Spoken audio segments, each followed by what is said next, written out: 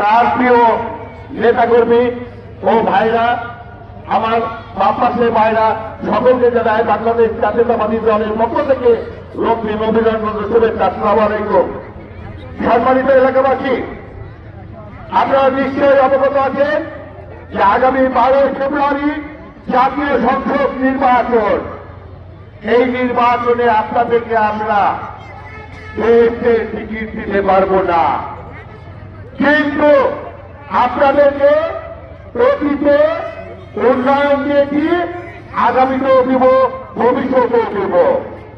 আমি শুধু দু একটি কথা বলছি। আপনাদের কাছে জামাত ইসলামিক বাংলাদেশ ভোট চাইতে যাচ্ছে, হচ্ছে যে বারবার আপনি হারুন এমপিকে দেখেছেন, এবার আপনি আবার ভুল ভুলকে দেখেন।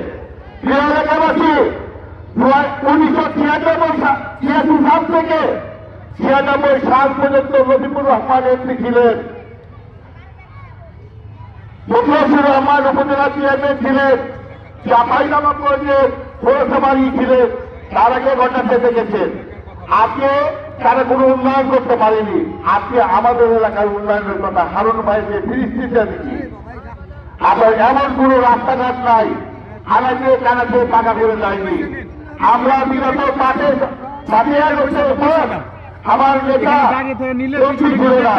তার সার্বিক সহযোগিতা যা পাইছে, আপনার সহজনে, আপনার নগরে, আপনার বেরুলাতে লক্ষ লক্ষ টাকার অনুদান দিয়েছে।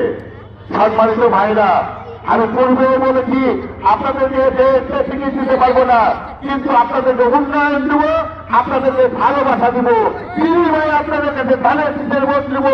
ইনশাআল্লাহ আপনার ধানের শীতের ভোট দিয়ে এই নেতাকে জয়যুক্ত করবেন, এটা আমার প্রস্তাবনা।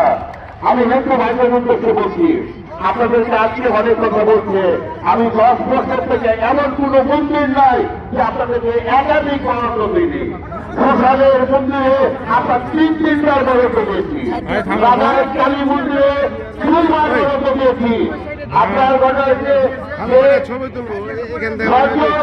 কালী মন্দিরে আমরা 2বার বরাদ্দ দিয়েছি।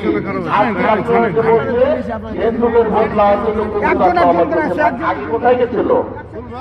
তাই আমি বলছি, বক্তব্য দীর্ঘায়িত করবো না। যার বক্তব্য শোনার জন্য গেলে আজকে আপনাদের কাছে সেবা দিব, আপনাদের উন্নয়ন দেব।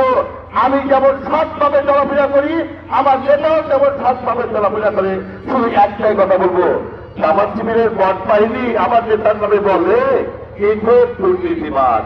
ভাই, আমরা যদি দুর্নীতিবাদী হলাম, আজকে আমার নেতা যে সম্পদ তারা বিক্রি করেছে তার কোনো বর্ণনা দিতে পারবো না।